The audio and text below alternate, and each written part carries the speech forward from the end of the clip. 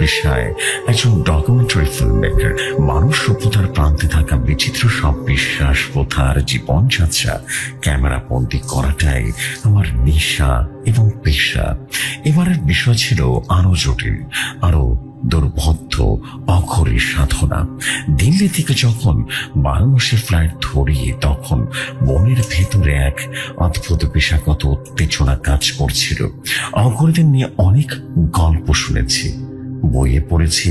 শ্মশানের যাদের বাস, মৃতদের যাদের সাধনার অঙ্ক, নরকীটের সেই স্বার্থপরের জ্বালা জল পান করে সেই রহস্যময় সাধকের জীবন দর্শনের কাছ থেকে দেখার এক তীব্র আকাঙ্ক্ষা আমাকে এইখানে টেনে এনেছিল।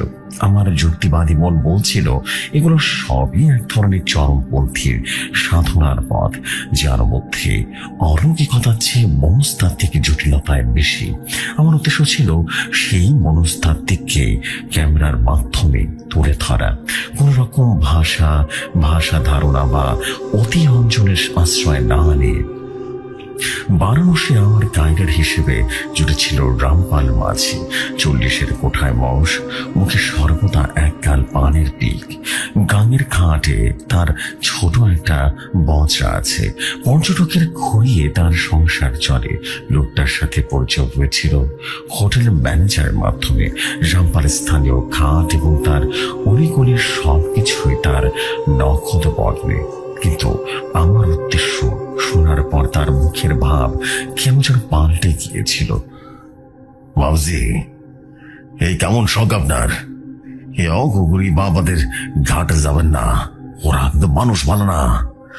ওদের ছায়া মারানো কিন্তু পাপ হয়ে যাব। দশামেধ ঘাটে বসে সে আমাকে বোঝানোর চেষ্টা করছিল। তার চোখে ছিল এক ধরনের আদিম ভয়, যা প্রজন্মের পর প্রজন্ম ধরে বাহিত হয়ে আসছিল।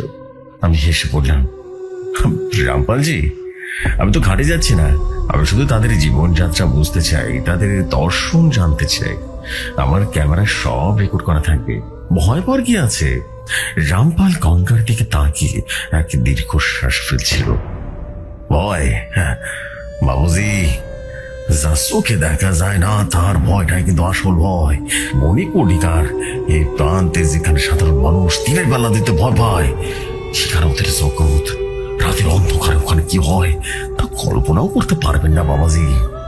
তার কথাগুলো আমার কৌতূহলকে আরো দ্বিগুণ বাড়িয়ে দিয়েছিল। আমি তাকে দ্বিগুণ পারিশ্রমিকের লোক দেখিয়ে রাজি করিয়েছিলাম। তার কাজ হবে শুধু আমাকে সঠিক জায়গায় নিয়ে যাওয়া এবং তথ্য দিয়ে সাহায্য করা, বাকিটা আমি সামনে রেখব।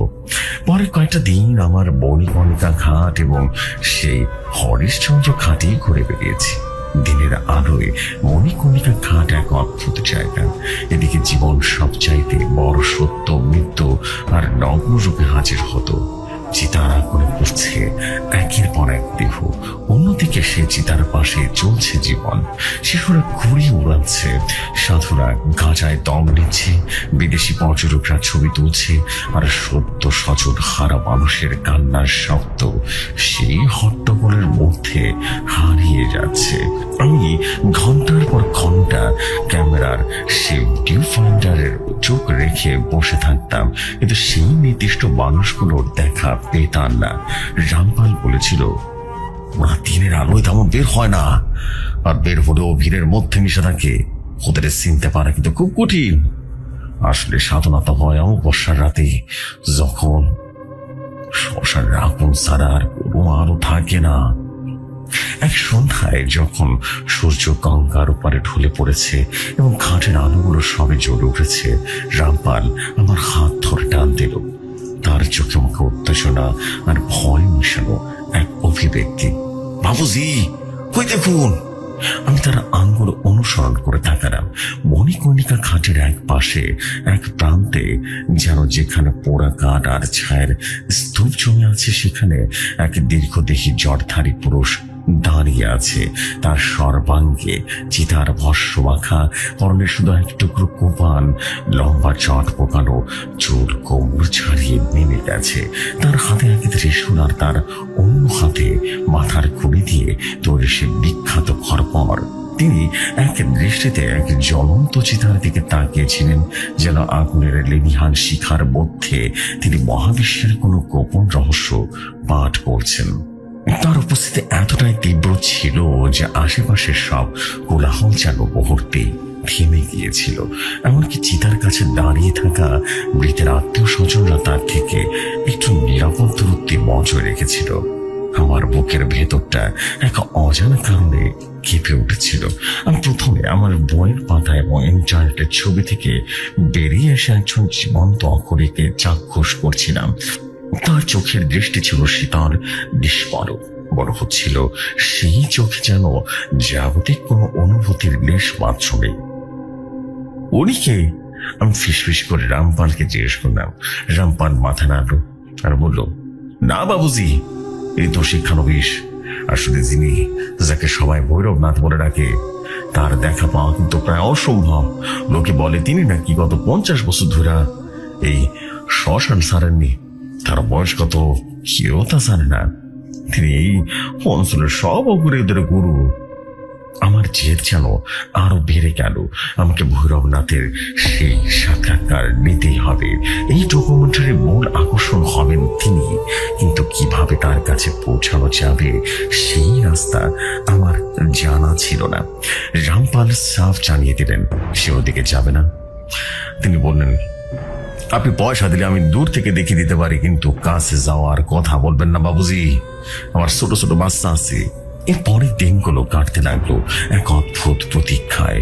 আমি সকাল থেকে রাত পর্যন্ত ঘাটে বসে থাকতাম। আমার দামি ক্যামেরার ব্যাগে ভরা থাকতো। আমি শুধু পরিবেশটা বোঝার চেষ্টা করেছিলাম। শ্মশানের ডোম, চিতা সাজানোর দায়িত্বে থাকা মানুষজন আর কাঠের কারবারিদের সাথে কথা বলে তথ্য জোগাড়ের চেষ্টা করেছিলাম। কিন্তু ভৈরবনাথের নাম শুনলেই সবাই কেমন যেন চুপ করে যেত। কেউ বলতো তিনি হিমালয়ে সাধনা করতে গেছেন, কেউ বলতো তিনি মানুষের রূপ ছেড়ে অন্য রূপে বিরাজ করেন। এক রাতে প্রায় 10টা বাজে আমি একা এই ঘাটের সিঁড়িতে বসেছিলাম। শীতের ভিড় একটু কম ছিল। আকাশের মেঘ থাকার কারণে চাঁদটা দেখা যাচ্ছিল না। শুধু দূরে একটা দুটো চিটার আগুন যেন চলছিল। হঠাৎ আমার নাকে একটা তীব্র গন্ধ এসে লাগলো। পচা মাংসের গন্ধ নয়, তার থেকেও তীব্র পচা গলা কোনো কিছুর গন্ধ। গন্ধটা এতটাই অসহ্য ছিল যে আমার বমি উঠে আসার উপক্রম হলো। আমি উঠে দাঁড়াতেই দেখলাম গঙ্গার জল থেকে কালো মতো কিছু একটা ভেসে আসছে। প্রথম ভেবেছিলাম কোনো পশুর মৃতদেহ হবে, কিন্তু জিনিসটা যখন ঘাটের কিনারায় এসে ঠেকলো তখন আমার শরীর রক্তহীন হয়ে গেল। ওটা ছিল একটা অর্ধগলিত মানুষের দেহ, সম্ভবত কোনো দারিদ্র মানুষের, যা পরিবারের চিতার কাঠ কেনার সামর্থ্য হয়নি, তাই গঙ্গায় ভাসিয়ে দিয়েছে। কিন্তু সবচেয়ে ভয়ের বিষয় ছিল অন্য জায়গায়। সে মৃতদেহটাকে কেন্দ্র করে জলের মধ্যে একটা আলোড়ন দেখা যাচ্ছিল। তারপরে আমি দেখলাম সেই দৃশ্যটা যা আমার যুক্তিবাদী মনের সব বিশ্বাসকে প্রথমবার দাঁড়িয়ে দিয়েছিল। জলের মধ্য থেকে ধীরে ধীরে উঠিলেন একজন মানুষ। তার সারা শরীর চিতার ছাইয়ে পাখা, নাকি কাদায় তা বোঝা যাচ্ছিল না। তিনি সেই অর্ধগলিত সব দেহটাকে অনায়াসে এক হাতে তুলে নিলেন এবং ঘাটের শিল্পে উপরের দিকে উঠতে লাগলেন, যেখানে অন্ধকারের সবচাইতে গভীর। তার হাঁটার মধ্যে কোনো জড়তা ছিল না, যেন তিনি এক বস্তা চাল তুলে নিয়ে যাচ্ছেন। তিনি যখন আমার থেকে প্রায় কয়েক হাত দূরে দিয়ে হেঁটে যাচ্ছিলেন তখন তার মুখটা আমি আগে ঝলক দেখতে পেলাম। তার চোখ দুটো অন্ধকারে জ্বলছিল যেন দুটো আগুনের গোড়া। তার দৃষ্টি আমার উপরে পড়তেই আমার শীষ দানা দিয়ে এক শীতল স্রোত যেন হয়ে গেল। মনে হলো আমার নিঃশ্বাস বন্ধ হয়ে গেছে, সেটা যেন পাথর হয়ে গেছে। তিনি কোনো কথা না বলে সব দেহটাকে কাঁধে নিয়ে অন্ধকারের মধ্যে মিলিয়ে গেলেন। আমি সেখানে সিঁড়ির উপরে বসে পড়লাম। আমার হাত পা কাঁপছিল। ক্যামেরার কথা, ডকুমেন্টারি কথা, সব কথা আমার মাথা থেকে বেরিয়ে গিয়েছিল। মস্তিষ্কের ভেতরে শুধু দুটো জ্বলন্ত চোখ আর সেই পচা লাশের বিভৎস গন্ধটা ঘোরপাক খাচ্ছিল। অনেকক্ষণ পর যখন সম্মিলিত ফিরল তখন বুঝলাম আমি এখানে একা নই। আমার পেছনে কে যেন দাঁড়িয়ে আছে। ভয় ভয়ে পেছনে ফিরতে দেখি রামপাল, তার হাতে একটা লণ্ঠন, তার মুখটা ফ্যাকাশে হয়ে গেছে। সে কাঁপা কাঁপা গলায় বলল, আপনাকে মানা করেছিলেন না বাবাজি, কেন একা একা এখানে বসে আছেন? আপনি যা দেখছেন তা ভুলে যাওয়ার চেষ্টা করুন। হরি ভৈরবনাথ তান্ত্রিক আর আজ অমাবস্যা, আজ রাতে শ্মশান জায়গা ওঠে। আমার মুখ দিয়ে কোনো কথা বের হলো না। আমি শুধু ফ্যাল ফ্যাল করে তাকিয়ে রইলাম সে অন্ধকারের দিকে, যেখানে শুধু একটু আগে এক জীবন্ত বিভীষিকা বেরিয়ে গেছে। আমার মনে তখন একটাই প্রশ্ন, আমি কি সত্যি যা দেখেছি তা কি ঘটেছে, নাকি আমার মনের ভ্রম? কিন্তু নাকে লেগে থাকা সেই পচা গন্ধটা জানান দিচ্ছিল যা ঘটেছে তা কতটা বাস্তব। রামপাল আমার হাতটা টেনে ধরে তুলল। চলুন বাবুজি, হোটেলে চলুন, এইখানে আর এক মুহূর্ত থাকবেন না। হোটেলে ফেরার পর রামপাল একটা কথাও বলেনি। তার ভয়টা আমার মধ্যে সংমিশ্রিত হচ্ছিল। ঘরে ফিরে আমি দরজা বন্ধ করে বাথরুমে ঢুকে পড়লাম। চোখ মুখে জলের ঝাপটা দিয়েও সেই দৃশ্যটা মন থেকে সরাতে পারছিলাম না। একজন মানুষ একটা পচা করা মৃতদেহ কাঁধে নিয়ে অবিরলায় হেঁটে যাচ্ছে। এই দৃশ্য কোনো সভ্য জগতের হতেই পারে না। সে রাতে আমার ঘুম এলো না। বারবার মনে হচ্ছিল ভৈরবনাথের ওই দৃষ্টির মধ্যে এমন কিছু ছিল যা সাধারণ নয়। ওটা কোনো মানুষের দৃষ্টি ছিল না, সে দৃষ্টি যেন আমার আত্মার ভেতর পর্যন্ত দেখে নিয়েছে। তিনি কি বুঝতে পেরেছিলেন আমি তাকে অনুসরণ করছি? তিনি কি জানেন আমার উদ্দেশ্য? পরদিন সকালে যখন আমার ঘুম ভাঙলো, তখন শরীর ছুড়ে এক ক্লান্তি আর মাথায় তীব্র যন্ত্রণা। আমি প্রায় সিদ্ধান্ত নিয়ে ফেলেছিলাম এই প্রজেক্ট এখানেই শেষ। যা দেখেছি তা আমার ধারণার বাইরে। জীবন হাতে নিয়ে এই ডকুমেন্টারি বানানোর আর কোনো মানে হয় না। আমি ব্যাগ গোছানো শুরু করলাম। ঠিক তখনই আমার হোটেলের দরজায় কেউ যেন টোকা দিল। আমি অবাক হলাম, এত সকালে কে আসতে পারে? দরজা খুলতে দেখি দরজার বাইরে একজন 10-12 বছরের ছোট্ট ছেলে দাঁড়িয়ে আছে। তার পরনে ময়লা একটা জামা, চুল উস্কো খুস্কো। সে আমার হাত থেকে একটা ছোট্ট পুটলি ধরিয়ে দিল। আমি জিজ্ঞেস করলাম, কে পাঠিয়েছে তোকে বলতো? সেটা কোনো উত্তর না দিয়ে দৌড়ে চলে গেল। আমি পুটলিটা খুলে দেখলাম তার ভেতরে রয়েছে কিছুটা ছাই আর ভস্য আর একটা শুকনো রুদ্রাক্ষ। ছাইটা থেকে সেই তীব্র পরিচিত গন্ধটা আসছে যা আমি গত রাতে পেয়েছিলাম। আমার বুকটা ধরাস করে উঠল। আর ছায়ের নিচে ভাঁজ করা ছিল একটা ছোট্ট কাগজ। কাগজটা খুলতে দেখলাম দেবনগরের হরফে একটা শব্দ লেখা, অপেক্ষা। আমার হাত থেকে পুটলিটা পড়ে গেল। এর মানে কি? এটা কে পাঠিয়েছিল? ভৈরবনাথ। তিনি কি আমাকে কোনো বার্তা দিতে চেয়েছিলেন? তিনি কি চান আমি তার সাথে দেখা করি, নাকি এটা কোনো ফাঁদ? আমার সমস্ত শরীর অজানা আশঙ্কায় যেন আতঙ্কিত হয়ে গেল। বারুণসের এই রহস্যময় জগৎ আমাকে ধীরে ধীরে তার অন্ধকার জলে নিয়ে যাচ্ছিল। আমি বুঝতে পারছিলাম এখান থেকে ফেরা আর সহজ হবে না। কৌতূহল আর ভয়, এই দুই বিপরীত শক্তি আমাকে স্থির করে দিয়েছিল। আমি জানি না আমার জন্য কি অপেক্ষা করছে, কিন্তু এতটুকু বুঝতে পারছিলাম যে শ্মশানের সেই রাতের ঘটনাটা ছিল শুধু একটা শুরু। আসল খেলা তো এখনো বাকি। হোটেল ঘরের মেঝের উপরে পড়ে থাকা সে ছায়ার পুটলির দিকে তাকিয়ে আমার শরীর অসাড় হয়ে গিয়েছিল। মস্তিষ্কের ভেতরে হাজারো চিন্তা একসঙ্গে ছোটাছুটি করছিল, কিন্তু কোনোটাই পরিষ্কার রূপ নিচ্ছিল না। ভয়, কৌতূহল আর এক ধরনের ভয়ঙ্কর আকর্ষণের মধ্যে এই তিন অনুভূতি আমাকে আষ্টে পৃষ্ঠে বেঁধে ফেলেছিল। অপেক্ষা, এই একটা মাত্র শব্দ আমার সমস্ত পরিকল্পনা, আমার যুক্তি, আমার বানানোর সিদ্ধান্তকে ধূলিসাৎ করে দিয়েছিল। এইটা কোনো অনুরোধ ছিল না, ছিল এক অমোঘ নির্দেশ। ভৈরবনাথ আমাকে অপেক্ষা করতে বলেছিলেন। তার মানে তিনি আমার অস্তিত্ব সম্পর্কে শুধু অবগতই নন, তিনি আমার উদ্দেশ্য জানেন। কিন্তু কিভাবে? আমি কাঁপা কাঁপা হাতে পুটলিটা তুলে নিলাম। ছাইটা থেকে আসা সেই তীব্র পচা গন্ধটা শব্দটা এবার যেন আরো জীবন্ত হয়ে আমার মস্তিষ্কে আঘাত হানলো। আমার মনে হলো এই ছায় সাধারণ কোনো চিতার নয়, এর মধ্যে মিশে রয়েছে অর্ধকরিত সব দেহের অংশ, যা আমি গত রাতে ভৈরবনাথের বই নিয়ে যেতে দেখেছিলাম। এই ভাবনাটা আসতে আমার পেটের ভেতরটা গড়িয়ে উঠলো। আমি ছুটে বাথরুমে গিয়ে বেসিনের উপরে ঝুঁকে পড়লাম, কিন্তু বেরোলো না। শুধু ভেতরটা থেকে একটা শুকনো হাহাকার উঠে এলো। কিছুক্ষণ পর নিজেকে সামাল দিয়ে আমি রামপালকে ফোন দিলাম। রিং হয়ে যাচ্ছিল, কিন্তু সে ফোন ধরছিল না। পরপর কয়েকবার চেষ্টা করার পর অবশেষে ওপাশ থেকে ভীত চাপা গলা ভেসে এলো। হ্যালো, আমি বললাম, রামপালজি, আমি অনির্বাণ, আমার সঙ্গে এখনই একবার দেখা করতে পারবেন? খুব জরুরি। ওপাশ থেকে রামপাল প্রায় আর্তনাদ করে উঠল। না বাবুজি, আমি আর অমুক হব না। আপনি আমার কথা শোনেননি, যা করার নিজে করুন, আমাকে এর মধ্যে জানাবেন না। আমি কাল রাতে আমার পরিবারের কাছে ফিরে যাব, আর এই জন্য মনস্থির করছি বনরাশিতে আর যাবো না, আমি আর যাবো না। তার গলা শুনে আমি বুঝলাম সে জেনুইনলি আতঙ্ক। আমি রীতিমতো বড়িয়া হয়ে বললাম, শুধু একবার আসুন না রামপালজি, আমি আপনাকে কিছু দেখাতে চাই, তারপর আপনি যা ভালো মনে করবেন করবেন, সমস্যা নেই। আমার গলার স্বর শুনে সে এতটা ডিসপারেট ছিল যে তার মনকে কিছুটা নরম করলো।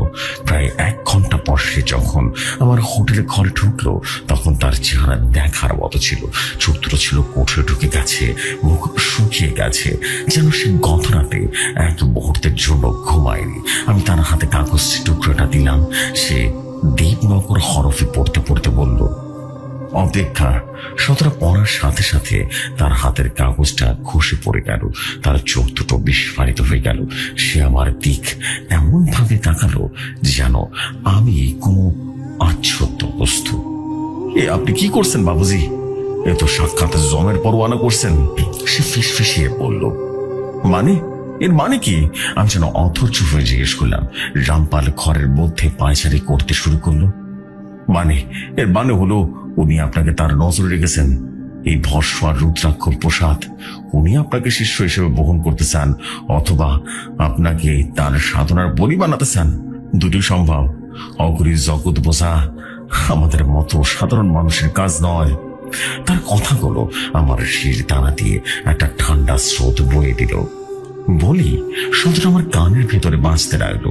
আমি একজন আধুনিক পৃথিবীর যুক্তিবাদী মানুষ, ডকুমেন্টারি ফিল্ম মেকার, 21শ শতাব্দীতে দাঁড়িয়ে বলি। শব্দটা আমার কাছে হাস্যকর শোনানোর কথা মনে হচ্ছিল, কিন্তু গত রাতের সেই দৃশ্য আর এই ছায়ের গন্ধ আমার সমস্ত যুক্তিকে দুর্বল করে দিয়েছিল। রামপাল আমার কাঁধে ধরে ঝাঁকিয়ে বলল, বাবুজি, এখনো সময় আছে। আজকে প্রথম ট্রেন ধরে কলকাতা ফিরে যান। এই শহরে আপনার জন্য নয় বাবুজি। উনি অপেক্ষা করতে বলেছেন, তার মানে উনি আপনাকে সময় দিতেছেন। হয় পালান, নয়তো নিজেকে আত্মসমর্পণ করুন তার কাছে। পালানোর চেষ্টা করলে উনি আপনাকে খুঁজে বের করবেন কিনা আমি জানি না, কিন্তু এখানে থাকলে নিশ্চিত আপনার মৃত্যু হইবে বাবুজি। তার চোখে আমি আমার প্রতি একটা অদ্ভুত উদ্বেগ দেখতে পেলাম, কিন্তু আমার ভেতরকার জেদটা তখন মরেনি। একজন ফিল্ম মেকার হিসেবে এমন একটা সুযোগ হাতছাড়া করা আমার পক্ষে সম্ভব ছিল না।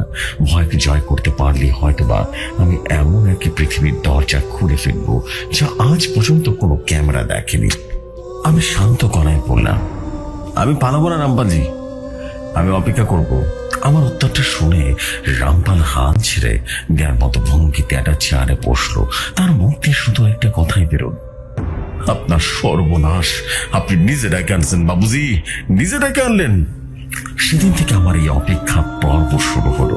প্রথম দিনটা কাটলো মানসিক উত্তেজনার মধ্যে। আমি হোটেলের ঘর থেকে বেরোলাম না। সারাক্ষণ দরজার দিকে কান পেতে রাখলাম, এই বুঝে কেউ আসলো, কিন্তু কেউ এলো না। রাত কাটলো দুঃস্বপ্নে। আমি বারবার দেখতে লাগলাম ভৈরবনাথের সেই পচা শব দেহটা নিয়ে আমার ঘরের দিকে এগিয়ে আসছেন, আর তার চোখ দুটো অন্ধকারের মধ্যে চলছে। দ্বিতীয় দিনটা এমন ভাবে কাটলো, কোনো কথাবার্তা নেই, কোনো সংকেত নেই। দুপুরের পর আমি আর ঘরে বসে থাকতে পারলাম না। ক্যামেরাটা কাঁধে ঝুলিয়ে বেরিয়ে পড়লাম, কিন্তু এবার আমার গন্তব্য মণিকর্ণিকা ঘাট ছিল না। আমি উদ্দেশ্যহীন ভাবে বারাণসীর অলিগলিতে ঘুরতে লাগলাম, কিন্তু যেদিকে যাই মনে হতে লাগলো একজন অদৃশ্য চোখ আমাকে অনুসরণ করছে। গলির বাকি মন্দিরের খিলানোর আড়ালে, এমনকি ভিড়ের মধ্যেও বারবার মনে হতে লাগলো ছাই মাখা একটা ছায়া মূর্তি যেন আমার দিকে তাকিয়ে অদ্ভুত ভাবে আছে। আমি চমকে পেছনে ফিরতেই দেখলাম কিছুই নেই। আমার মনকে আমি বোঝাতে চেষ্টা করলাম যে সব কিছু নয়, একদম মনের ভুল, কিন্তু ভেতরটা মানতে চাইছিল না। তৃতীয় দিন থেকে অদ্ভুত ঘটনাগুলো ঘটতে শুরু করলো। সেদিন সন্ধ্যায় আমি হোটেলের ঘরে বসে আমার ক্যামেরা ফুটেজগুলো ল্যাপটপে দেখছিলাম। হঠাৎ ঘরের লাইটটা কয়েকবার দপ দপ করে জ্বলে নিভে গেল। তারপর আমার নাকে সে পরিচিত পচা গন্ধটা এসে লাগলো। গন্ধটা এতটাই তীব্র ছিল যে মনে হচ্ছিল উৎসটা ঘরের মধ্যে কোথাও। আমি সারা ঘর তন্ন তন্ন করে খুঁজছিলাম, কিন্তু কিছুতেই পেলাম না। কিছুক্ষণ পর গন্ধটা নিচ থেকে মিলিয়ে গেল, কিন্তু আমার বুকের ভেতরটা কাঁপুনি রয়ে গেল। পরদিন সকালে ঘুম থেকে উঠে দেখি আমার বিছানার পাশে বিছানাটা কালো পলক যেন পড়ে আছে। আমি অবাক হলাম, কারণ ঘরের সমস্ত দরজা জানালা সারা রাত বন্ধ ছিল। পালকটা কোথা থেকে এলো? ওটা কোন সাধারণ পাখি যেমন কাক বা চিলের পালকের মতো দেখতে ছিল না। ওটা ছিল অদ্ভুত ধরনের কালো, ঝকঝকে আর অস্বাভাবিক রকম বড়। আমি পালকটা হাতে নিতে একটা ঠান্ডা অনুভূতি আমার আঙ্গুরের ডগা দিয়ে আমার সারা শরীরে ছড়িয়ে পড়লো। রামপাল ভয় পেয়ে চলে গেল। প্রতিদিন সকালে একবার করে আমার ফোনটা করতো। আমি তাকে পালকটার কথা বারবার বলতাম। ওপাশ থেকে সে আতঙ্কিত গলা ভেসে এলো, ফোন দিন, ফিরে দিন, ওটা ফিরে দিন, এক্ষুনি ফিরে দিন। ওটা অশুভ সংকেত বাবুজি, শ্মশানের তান্ত্রিক আপনার ঘরে প্রবেশ করার চেষ্টা করতেছে। আমি তার কথা শুনলাম না। পাল্টোটা আমি আমার ডায়েরির ভেতরে রেখে দিলাম। আমার পেশাগত কৌতূহল যখন ভয়ে ছাপিয়ে গেছে, আমি বুঝতে পারছিলাম এই সমস্ত ঘটনা আমাকে মানসিক প্রস্তুতি করার একটা উপায়। ভৈরবনাথ আমার ধৈর্যের পরীক্ষা নিচ্ছেন, আমার সাহসের পরিমাপ করছেন। আমার পঞ্চম দিন। আমি প্রায় এক প্রকার অদ্ভুত একটা জগতে পৌঁছে গেছি। এক মানসিক অত্যাচার আর সহ্য করতে পারছিলাম না। সেদিন রাতে আমি সিদ্ধান্ত নিলাম, কাল সকালে যা হয় হবে। আমি সোজা মণিকর্ণিকা ঘাটে যাব এবং যাকে পাবো তার কাছে ভৈরবনাথের খোঁজ করব। এই সাসপেন্সটা আর নেওয়া যাচ্ছিল না, আমার রহস্যটা নেওয়া যাচ্ছিল না। রাত তখন প্রায় 2টো। আমি ঘুমানোর চেষ্টা করছিলাম। হঠাৎ করে আমার ঘরের দরজায় খুব মৃদু টোকা পড়লো, ঠক ঠক ঠক ঠক। আমি ভয় ভয়ে বিছানা থেকে উঠলাম। দরজাটা কিছুটা খুলে বাইরে দেখবার চেষ্টা করলাম, কিন্তু করিডরের অন্ধকার, কিছুই দেখা যাচ্ছে না। কে? আমি চাপা গলায় জিজ্ঞেস করলাম। বাইরে থেকে কোনো উত্তর এলো না, কিন্তু টোকা পড়ার শব্দটা আবার হলো, এবার আরো জোরে। আমার বুকের ভেতরটা হাতুড়ির পিটানোর মতো শব্দ হতে লাগলো। আমি কাঁপা হাতে দরজার ছিটকিনিটা খুললাম। দরজাটা খুলতে দেখি বাইরে 10-12 বছরের ছেলেটা দাঁড়িয়ে আছে। সে আমাকে ছায়ের পট্টিটা দিয়ে গেছিল। তার মুখের কোনো অভিব্যক্তি নেই, দুটি চোখ যেন নিষ্প্রাণ। সে আমার দিকে তাকিয়ে একটা কথা না বলিয়ে আঙ্গুরের দিকে খাটের দিকটা দেখালো। যে পথে সে এসেছিল সে অন্ধকার করিডরে বেরিয়ে গেল। এবার আমি বুঝতে পারলাম আমার ডাক এসেছে, অপেক্ষার অবসান হয়েছে। আমি আর এক মুহূর্ত দেরি করলাম না। দ্রুত পোশাক পাল্টে ক্যামেরাটা কাঁধে নিয়ে বেরিয়ে পড়লাম। আমার মনের ভেতরে ভয় আর উত্তেজনা এক অদ্ভুত বিনিবেশে কাজ করছিল।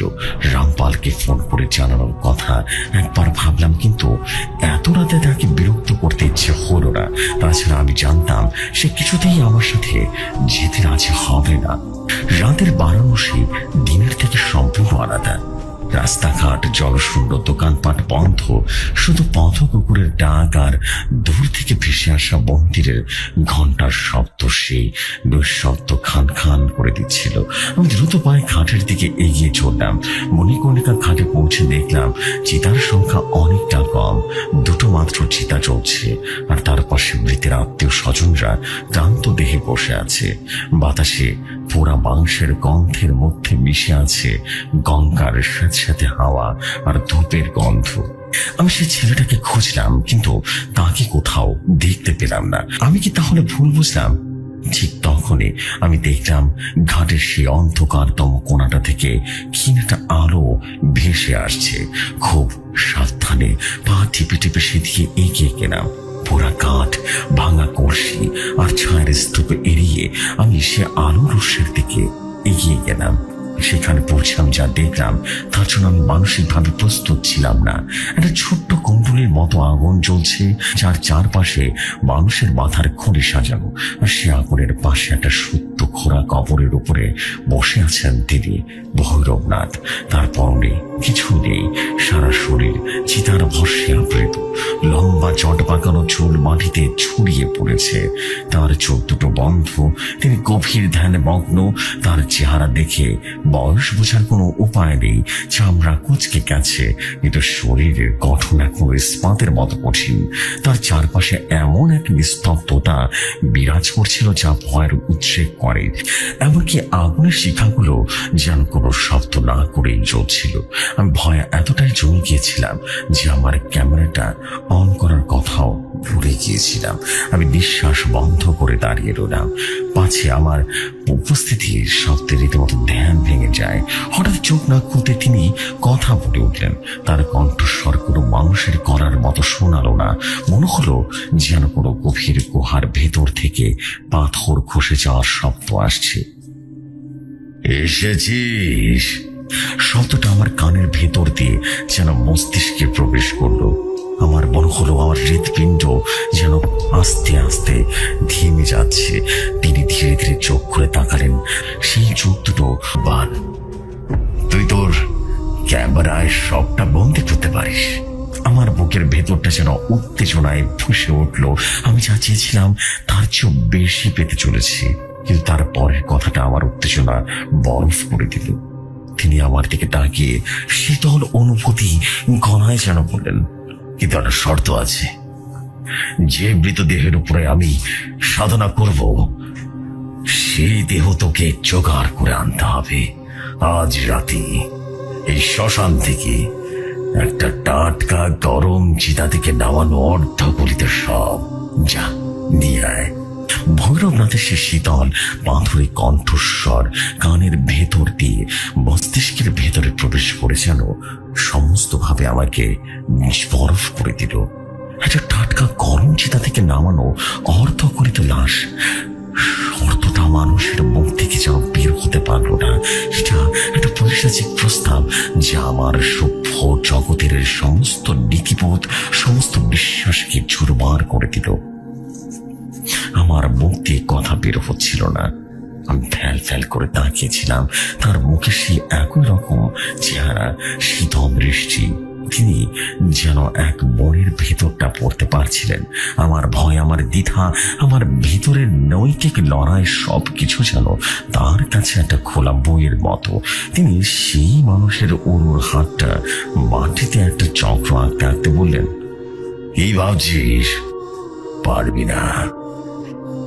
তুই তো সত্যি দেখতে এসেছিস, তাই না? সত্য সুন্দর হয় না, সত্য সুন্দর হয় না সাধক। সত্য বিভৎস হয়, নগ্ন হয়। তাকে গ্রহণ করতে হলে নিজেকে নগ্ন হতে হয়। সমস্ত ভয়, লজ্জা, সংস্কার আবরণ ছিঁড়ে ফেলতে হয় বালক। পারবি সে আবরণ ছিঁড়তে? তার প্রত্যেকটা কথা আমার বুকের ভেতরে ছুরির মতো আঘাত করছিল। আমার ভেতরের যুক্তিবাদী মনটা চিৎকার করে বলছিল, অনির্বাণ, অনির্বাণ পালিয়ে যা, এখন সময় পালিয়ে যা, এটা তোর জগৎ নয়। কিন্তু ফিল্ম মেকার সত্তাটা আমার তীব্র আকাঙ্ক্ষাকে আরো তীব্র করে তুললো, টেনে নিয়ে আসলো। সে ফিস ফিস করে বলছিল, এটাই সুযোগ অনির্বাণ, জীবনে একবার এমন সুযোগ আসে, যদি দৃশ্য ক্যামেরা বন্দি করতে পারিস তাহলে ইতিহাস তৈরি হবে, তোর নাম অমর হয়ে যাবে। ভয় এবং খ্যাতির এই দ্বন্দ্বে আমার ভেতরটা ছিন্ন ভিন্ন হয়ে যাচ্ছিল। আমি দেখলাম দূরে একটা নতুন চিতা সাজানো হচ্ছে। সত্য মৃত অপরিচিত এক বৃদ্ধ যেন দেহ সোহানো কাঠের উপরে তার আত্মীয় স্বজন কান্নাকাটি করছে। সেই দৃশ্য দেখে আমার বমি পেল। আমি কিভাবে এই জঘন্য কাজটা করব? একটা পবিত্র দেহকে তার শেষ যাত্রা থেকে ছিনিয়ে আনবো। ভৈরবনাথ আমার দৃষ্টি অনুসরণ করলেন। তার ঠোঁটের কোণে সে বিদ্রুপ হাসিটা আবারও ফুটে উঠল। সময় বেশি নেই, সূর্য ওঠার আগে আমার সাধনা করতে হবে। সিদ্ধান্ত তোর, হয় তুই আমার সাধনার সাক্ষী হবে, নয়তো এই শ্মশানের মাটিতে তুই নিজেই আর এটা সব হয়ে পড়ে থাকবি। আর আমার সাধনার জন্য একটা দেহের প্রয়োজন, সেটা তুই জোগাড় করে দিবি নাকি নিজে সে দেহ হয়ে যাবে রে যার উপর আমি সাধনা করব, সেটা তুই ঠিক কর। এই কথাটা কোনো প্রস্তাব ছিল না, এটা সরাসরি হুমকি। আমার শীত টানাতে শীতল স্রোত বয়ে গেল। আমি বুঝলাম আমি আগে বিভৎস ফাঁদে পা দিয়েছি। এখন থেকে এখান থেকে বেরোনোর কোনো রাস্তা খোলা নেই। হয় আমাকে তার নির্দেশ পালন করতে হবে, নয়তো এখানে আমার জীবন শেষ হয়ে যাবে। আমার ভবিষ্যৎ, আমার সমস্ত সবকিছুই যেন একেবারে শেষ হয়ে যাবে। আমি চোখ বন্ধ করে একটা দীর্ঘ শ্বাস ফেললাম। আমার মনে হলো যেন আমি অথল গভীরে যেন তলিয়ে যাচ্ছি। যখন চোখ খুললাম তখন আমার চোখের দৃষ্টি বদলে গেছে। ভয়টা তখনও ছিল, কিন্তু তার উপরে জেদের এক অদ্ভুত আস্তরণ পড়েছিল। আমি আমার আত্মাকে শয়তানের কাছে বিক্রি করে দেওয়ার জন্য সিদ্ধান্ত নিয়ে ফেললাম। আমি রাজি। আমার গলা দিয়ে ভাঙা অস্পষ্ট একটা স্বর বেরিয়ে এলো। ভৈরবনাথের মুখে কোনো ভাবান্তর নেই, তিনি শুধু মাথা নেড়ে বললেন, যা, শ্মশানের ডোমদের সাথে কথা বল, ওরাই ওদের ঈশ্বর, তোর কাজ হয়ে যাবে, যা। আমি একটা রোবটের মতো হিরে চলছি। সেই জ্বলন্ত চিতাগুলোর দিকে এগিয়ে গেলাম। আমার পা কাঁপছিল, কিন্তু আমি থামলাম না। আমি জানতাম আমাকে কাজটা করতেই হবে। শ্মশানের একটা ঘুমে কয়েকজন লোক বসে বসে কাজ টানছিল। তাদের চেহারা ছিল কঠোর, অনুভূতিহীন, এবং প্রতিদিন একটা মৃত্যু দেখতে তার চোখে রীতিমতো পাথর হয়ে গেছে। আমি তাদের মধ্যে সবচেয়ে বয়স্ক তার কাছে গেলাম। আমার প্রস্তাবটা শুনে সে আমার দিকে এমন ভাবে তাকালো যেন আমি পাগল হয়ে গেছি। কিন্তু তখন যে তারপরে আমি মানিব্যাগ থেকে সমস্ত টাকা বের করে সামনে রাখলাম, প্রায় 50,000 টাকা ছিল। সেখানে তার চোখ বদলে গেল। লোকটা তার ভয়কে ছাপিয়ে গেল। সে তার সঙ্গীদের সাথে সবকিছু নিচু গলায় বলল, তারপর আমার দিকে তাকিয়ে মাথা নাড়ল। পরের 1 ঘন্টা আমার জীবনের সবচেয়ে ভয়ঙ্কর সময় ছিল। আমি দূরে একটা ভাঙা মন্দিরের আড়ালে দাঁড়িয়ে অপেক্ষা করছিলাম। আমার ক্যামেরাটা অন করা ছিল, কিন্তু রেকর্ডিং এ বোতামটা টিপতেই পারছিলাম না। আমার হাতটা অবশ হয়ে গেছিল। আমি দেখলাম সেই বৃদ্ধের চিতায় আগুন দেওয়া হলো। আগুনের লেলিহান শিখা আকাশ পর্যন্ত পৌঁছে গেল। আত্মীয় স্বজনের কান্নার শব্দে রাতের নিস্তব্ধতায় খান খান হয়ে যাচ্ছিল। যখন কান্নার শব্দটা কিছুটা কমিল এবং আত্মীয়রা ঘাটের সিঁড়িতে গিয়ে বসলো, তখন সে টুন তাদের কাজ শুরু করলো। তারা লম্বা বাঁশ দিয়ে জ্বলন্ত চিতা থেকে অর্ধদগ্ধ দেহটাকে অত্যন্ত দ্রুততার সাথে টেনে বের করে আনলো। দৃশ্যটা এতটাই বিভৎস ছিল, আমি চোখ ফিরিয়ে নিতে বাধ্য হলাম। পুরা মাংসের তীব্র গন্ধ, যেমন একটা ফেটে যাওয়ার শব্দ, সব মিলিয়ে এক নারকীয় পরিবেশের সৃষ্টি হলো। তার দেহটা একটা ঘাটের মধ্যে পেঁচিয়ে শ্মশানের পেছন দিকে, যেখানে ভৈরবনাথ অপেক্ষা করছিল, সেখানে নিয়ে গেল। আমি কাঁপা কাঁপা পায়ে তাকে অনুসরণ করলাম। ভৈরবনাথ সেই চটের বস্তাটা খুললেন। অর্ধদগ্ধ বিকৃত দেহটার দিকে তাকিয়ে তার মধ্যে কোনো বিকার দেখা গেল না। তিনি আমাকে ইশারায় ক্যামেরায় প্রস্তুত করতে বললেন। তারপর শুরু করলেন সে ভয়ঙ্কর সাধনা। সবাসন। ভৈরবনাথ টানছে সেই অর্ধগণিত সব দেহটাকে বুকের উপরে পদ্মাসনে বসালেন। তার চোখ বন্ধ, মুখ বিড়বিড় করে মন্ত্র উচ্চারণ করছেন। সে মন্ত্রের ভাষা আমি বুঝতে পারছিলাম না, কিন্তু তার প্রত্যেকটা শব্দ যেন বাতাসের উপরে ভারী পথের মতো চেপে বসেছিল। আমার ক্যামেরার নাইট ভিশন মোড অন করা ছিল। আমি লেন্সের মধ্যে দিয়ে দেখছিলাম, কিন্তু আমার বিশ্বাসই হচ্ছিল না।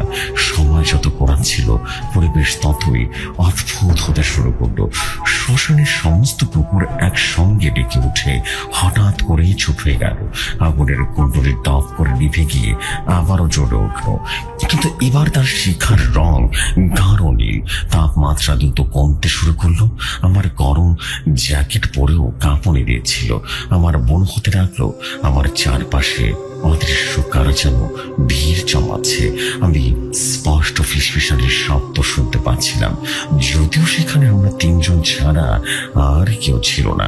হঠাৎ করে ভৈরবনাথ তাঁজি গলার স্বর বদলে গেল।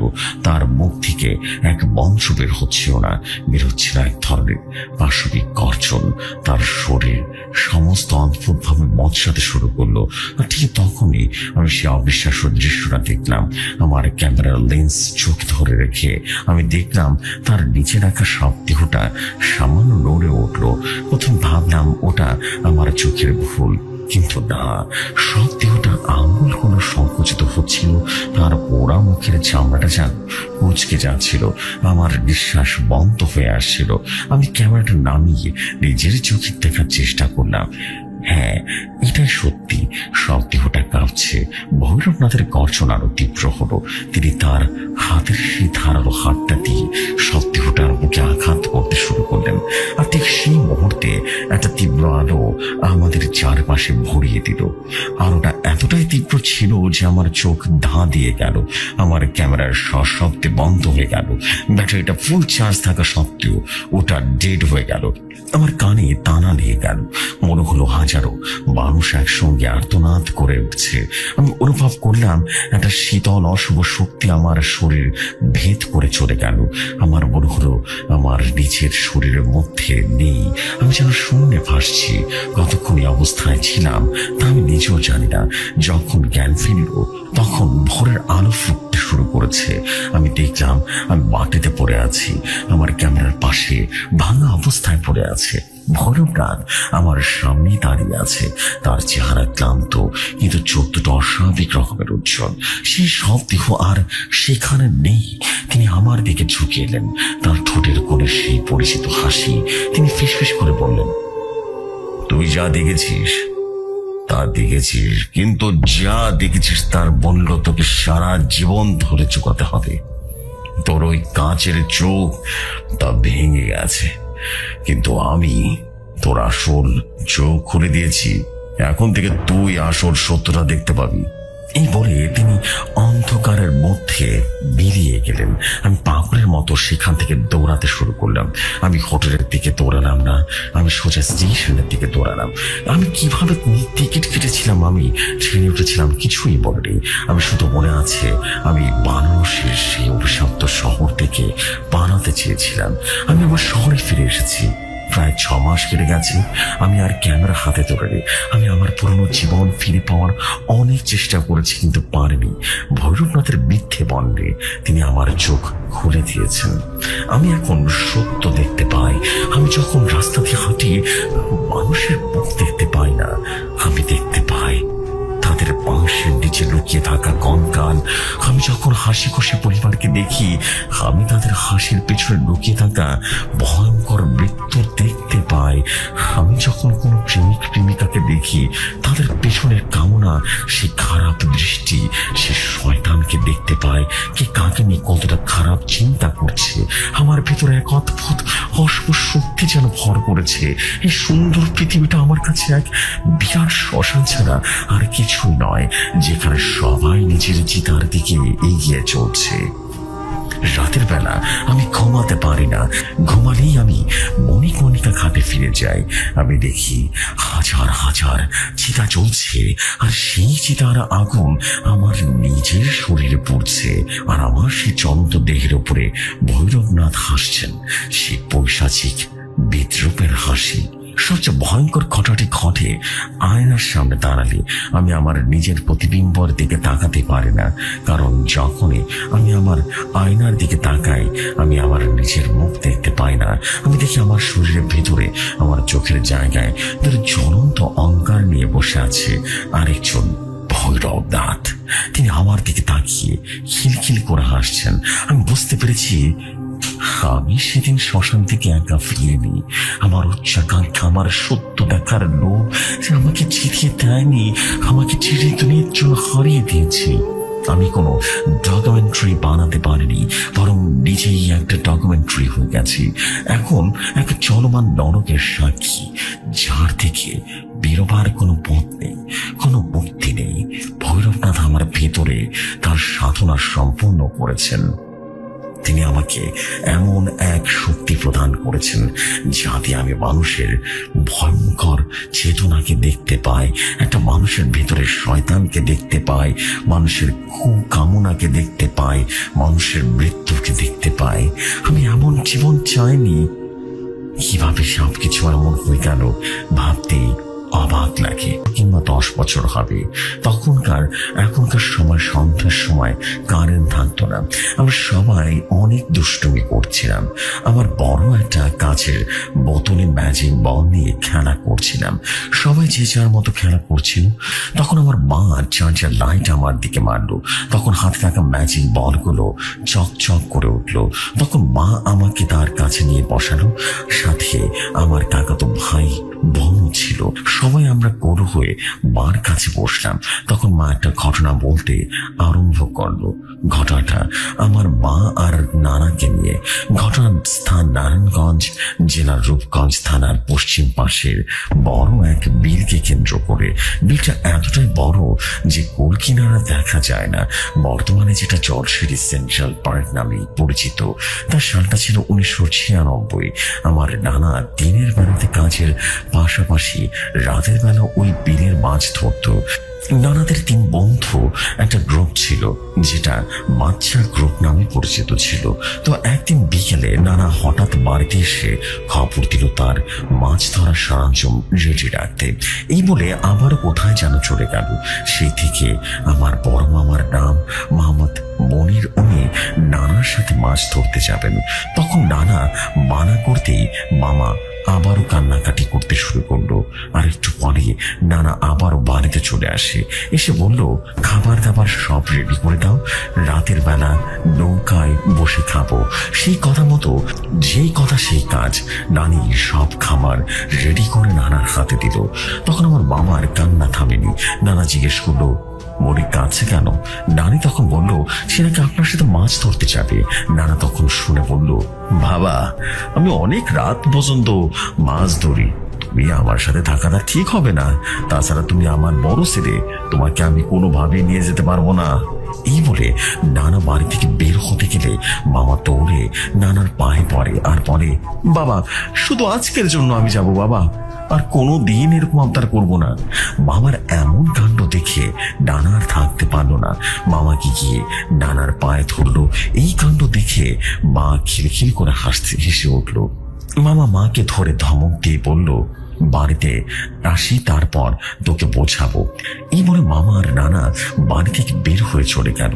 তারপরের দিন সকাল 7টার দিকে মামার শরীরে প্রচন্ড পরিমাণে জ্বর এলো এবং সেই জ্বর নিয়ে নানা সহ বাড়িতে চলে আসে। প্রিয় লিসনার্সগণ, কি ভাবছেন ঘটনা এখানে শেষ? না, আসল গল্প এখান থেকে শুরু। মামার শরীরে প্রচন্ড পরিমাণে জ্বর দেখে নানি কাঁদতে কাঁদতে নানাকে প্রশ্ন করলো, কি এমন হয়েছে বলার, শরীরে এত জ্বর কেন? তখন নানা শুধু বলল, হ্যাঁ রে, গরম পানি করে গোসল করাও, তারপর শোয়ার ব্যবস্থা করো। আমার মা গরম পানির ব্যবস্থা করলো। তারপর মামাকে গোসল করিয়ে বিছানায় শুয়ে দিল। তারপর নানি নানার সাথে যেয়ে বসলো। তখন নানার সমস্ত ঘটনা নানিকে বলতে শুরু করলো। বলছে, নানা, আমরা সবাই নৌকায় গিয়ে উঠি, তারপর বড়শিগুলো বাজে বাজে রাখলাম, তারপর মাছ ধরার জন্য যে কেঁচোগুলো ছিল না সেগুলো ঠিক মতো রাখলাম। তারপর সবার মতামতে নৌকা নিয়ে সামনের দিকে উঠতে লাগলাম। একটু পর ভেসে আসে মাগরিবের আজান। আজান শেষ হতে আমি নিয়াজ আর শরীফকে বললাম, তোরা সামনে গিয়ে আগা, আমি নামাজটা পড়ে আসতেছি। তারপর নাকি নানা নৌকার নিচ থেকে হারিকেন বের করে তাতে আগুন দিল। তখনও পুরোপুরি ভাবে অন্ধকার হয়নি। নানা মামাকে নৌকার এক সাইডে বসিয়ে বিনের পানিতে উঁচু করে নামাজ শেষ করলো। তারপর আবারও সামনের দিকে যেতে লাগলো। যেতে যেতে তার বাপ বেটার বিভিন্ন প্রশ্ন কথাবার্তা করতে লাগলো। সামনের দিকে যেতে যেতে বুঝতে পারলেন নানা দুই বন্ধু অনেকটা সামনে চলে গেছেন। উনিও ভাবলেন আজ বেশি দূরে যাওয়ার দরকার নেই, ছেলেকে যেহেতু নিয়ে এসেছে তাই কাছাকাছি মাছ ধরেই চলে যাব। তারপর নানা রূপগঞ্জ পশ্চিম পাড়া নামক এক জায়গায় নৌকা ভিটায়, তারপর এক একে বড়শিগুলো কিছু লাগিয়ে বিনের পানিতে ফেলে দিতে লাগলো। সেগুলো ছিল এমন যে 50 থেকে 60টা বড়শি 2 হাত দূরে বাঁধা থাকে। সবগুলো বড়শির পানিতে ফিরে নৌকা নিয়ে বিলের পাড়ে চলে যায় এবং নৌকার পাড়ে থেকে একটা গাছের সাথে বাঁধা রাখে। ততক্ষণ এসে আজান শোনা যাচ্ছে। নানা ভাবলো নামাজ পড়তে ভাত খেয়ে বড়শিগুলো তুলবে। তারপর নানা আবারও উঁচু করে নামাজ শেষ করে ভাত খাওয়ার জন্য সবকিছু রেডি করলো। এদিকে মামা তো অনেক খুশি। মামা বলছিল, আচ্ছা বাবা, সবগুলো বড়শিতে কি মাছ উঠবে? নানা উত্তর দিল, আগে ভাত খেয়ে নেই, তারপর তুমি নিজে দেখো। বাপ বেটা মেরে খাত খেতে খেতে কিছুক্ষণ গল্প করলো। খাওয়া দাওয়া শেষ করে এবার বড়শির উপরে তোলার পাড়া একে একে বড়শিগুলো উপরে উঠাতে লাগলো এবং সেই সাথে মামার নানা বড়শিগুলো থেকে মাছ করে নেয় এবং নৌকাতে রাখতে লাগলো। প্রথমবার হিসেবে ভাবেই মাছ পেল তারা। তারপর আবার বড়শিগুলোতে কিছু লাগাতে শুরু করলো এবং পানিতে ফেললো। এমন মাছ ধরতে ধরতে অনেকটা সময় কেটে যায়। আনুমানিক মধ্যরাতে চাঁদের আলোয় ভালোভাবে চারপাশটা দেখা যাচ্ছে। হঠাৎ করে নৌকা থেকে একটা দূরে পানির নিচ থেকে ফুট ফুট করে উঠছিল। এইটা দেখে মামা বলল, বাবা এইগুলো কি? তখন মামা আর নানা দুজনেই লক্ষ্য করলো পানির নিচে অনেক বড় বড় মাছ আছে মনে হচ্ছে।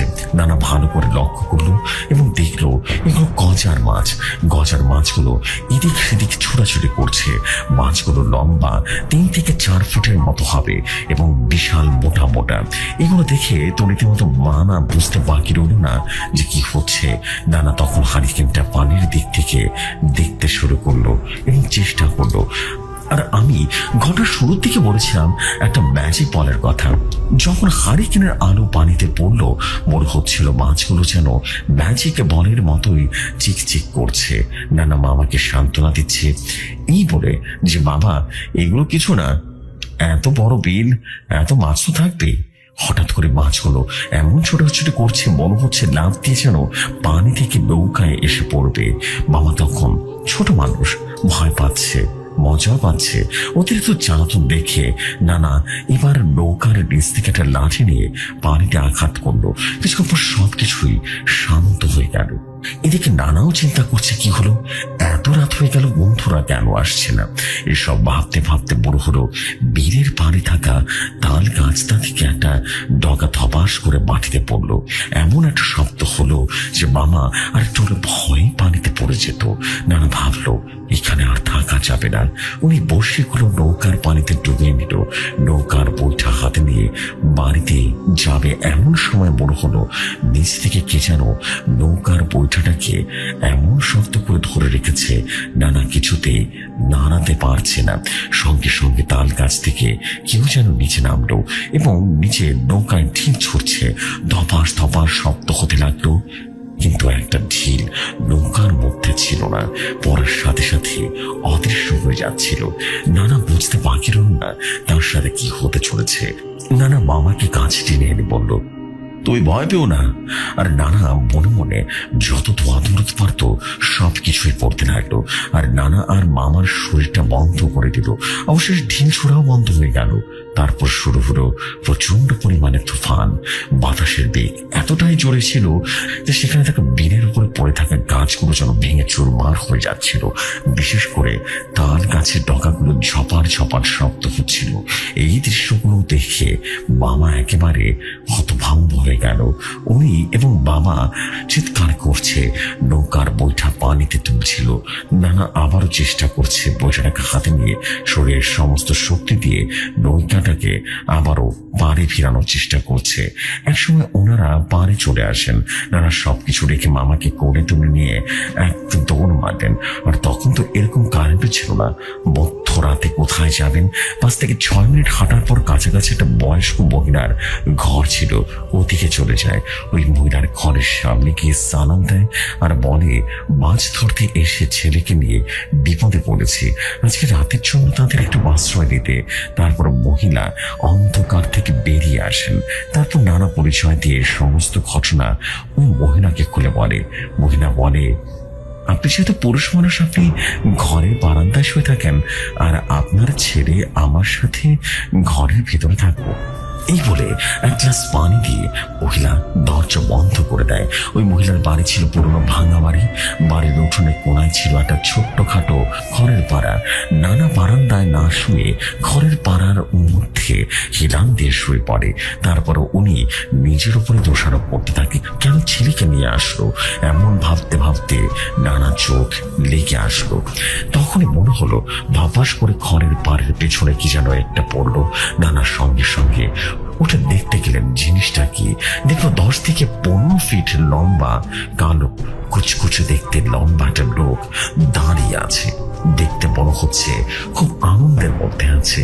নানা তাৎক্ষণিক তাকে জিজ্ঞেস করলো, কে আপনি? ছাড় তখন উত্তর দিল, কে? ভয় পেলি নাকি তোরা? নানা উত্তরে বলল, তোর নসিব ভালো, আজকে সাথে আমার ছেলেকে নিয়ে এসেছি, নয়তো তোকে যে কি করতাম না। তখন ছায়াটা উত্তর বলল, এখন তো আর তোর ছেলে নেই, দেখি তুই কি করতে পারিস কর। প্রচুর রাগ আর ক্ষিপ্ত হয়ে নানা তার হাতের বাঁশের একটা কঞ্চি পায় আর সেটা হাতে নিয়ে তেড়ে যায় ওটার দিকে, আঘাত করতে যায়। একের পর এক আঘাত করতে যাচ্ছে, কিন্তু মনে হচ্ছে বাঁশের কঞ্চি শরীরে এক পাশ ঢুকে আরেক পাশ দিয়ে বেরিয়ে যাচ্ছে। তখন কুচকুচে ছায় লম্বাটা আবার বড় বড় হয়ে বিশাল তরফের রূপ ধারণ করলো। দেখতে এমন ছিল, এক পা ছিল দাঁড়ানোর জায়গায় এবং আরেকটা মনে হচ্ছিল কাছাকাছি থাকা বড় একটা গাব গাছের উপরে। তারপরে কুচকুচে ছায়া পাল্টা নানার উপরে হামলা করে দেয়। প্রথম নানায় গলায় ধরে ঘরের পাড়ের উপরে কয়েকটা আছাড় মারে।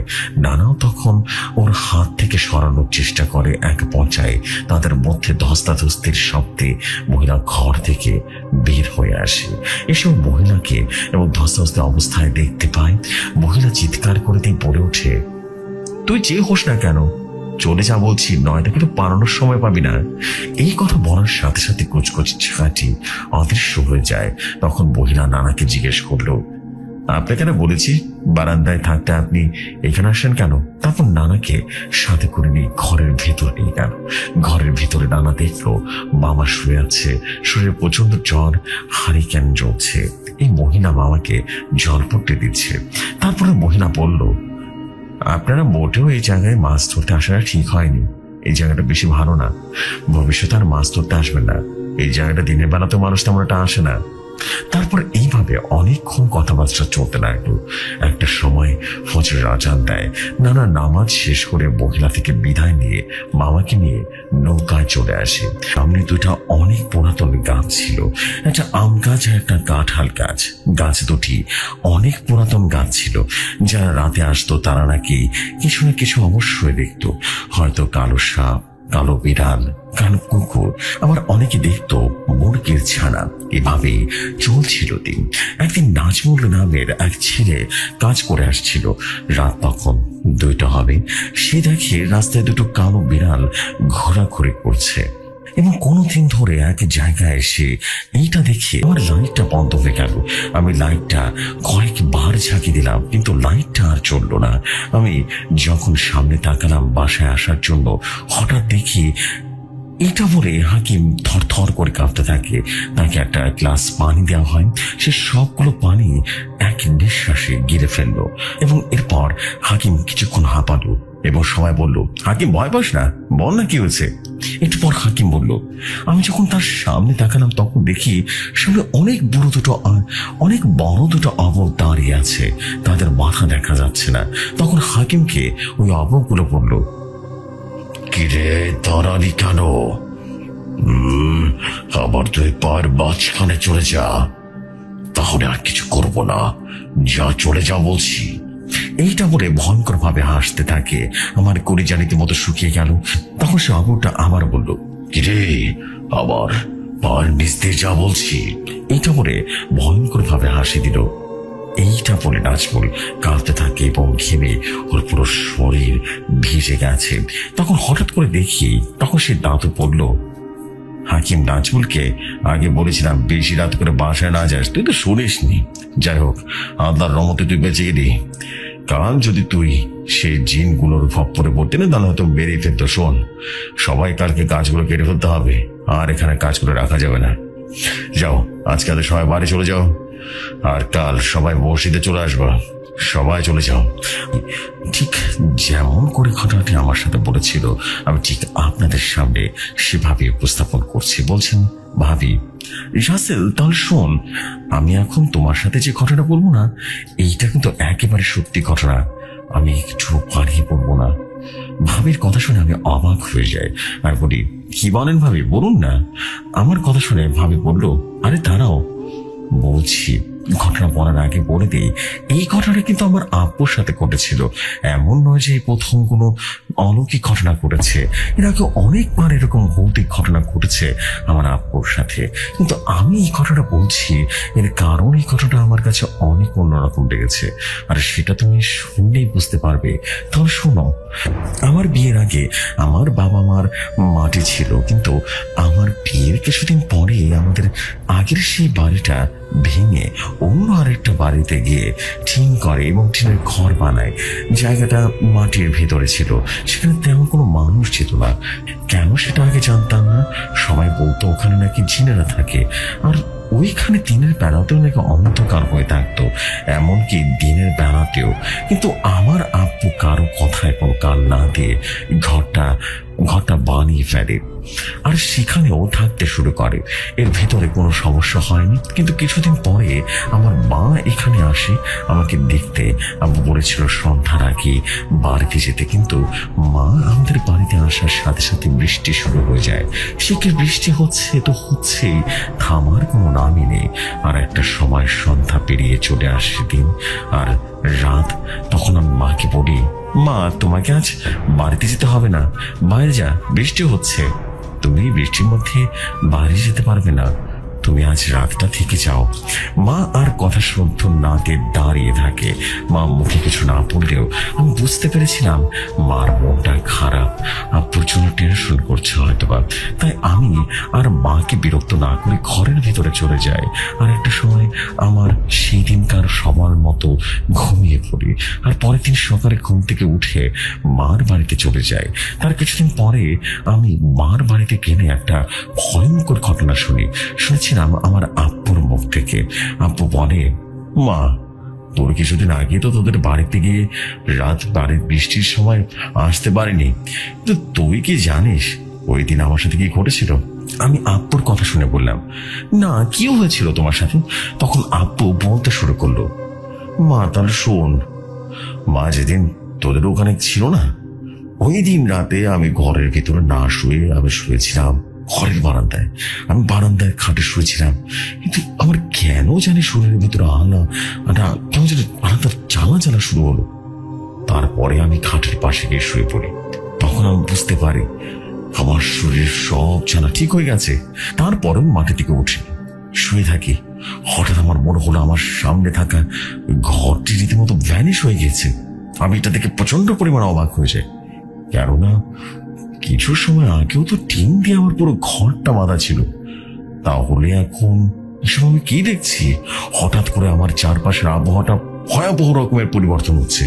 মন ভাব করলাম কিছু সময় পরে হঠাৎ করে বাড়ির নারিকেল গাছের ওপর থেকে একটা পিশাচ পা নেমে রীতিমতো আমার সামনে দাঁড়ালো।